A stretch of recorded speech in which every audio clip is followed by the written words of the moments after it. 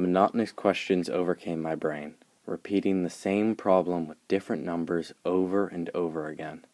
In the break between problems, I started to think. I started to think about problems, but these ones weren't on the page. I started to deal with questions I couldn't answer, but were about myself. Who am I? Who is Reed Martell? I should be able to answer these questions, right? After all, I know myself better than anyone else. I felt like there was no doubt that everyone was able to answer these questions about themselves, but I was unable. This was extremely frustrating because I thought that everyone around me had everything already figured out. My parents barely bat an eye at each coming day, and both of my brothers are in college and have a pretty clear plan for the rest of their life. After wrestling through these questions, I reached the conclusion that I just couldn't answer them.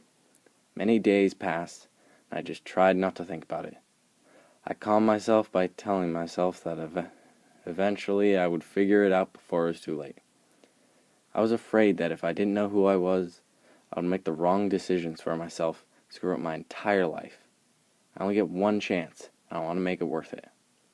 The next time I was forced to think about these questions was during soccer practice of all places, when my coach pulled me aside and told me that it would be a lot better if I took things seriously and stopped messing around quite as much.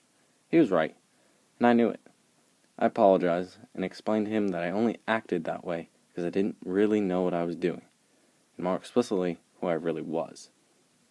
He understood, listened, and told me something that relieved most of the stress as soon as I heard it. He told me that it was okay, and no one really knows.